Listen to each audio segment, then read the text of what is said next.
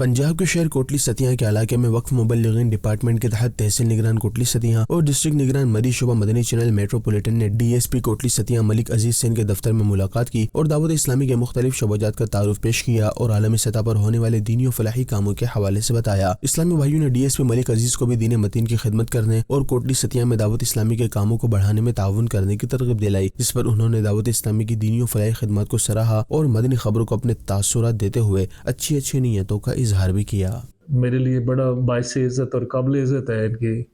میرے پاس تشریف لانا۔ دنیا داری کے کاموں میں ہم بہت زیادہ الجھے ہوئے ہیں، اور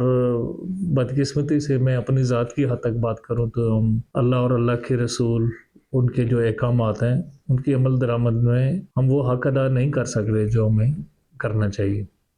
مجھے بڑا اچھا لگا ہے کہ آج انہوں نے میرے اندر کی وہ جو ڈیمانڈز ہیں اللہ کی اور اللہ کے نبی کی،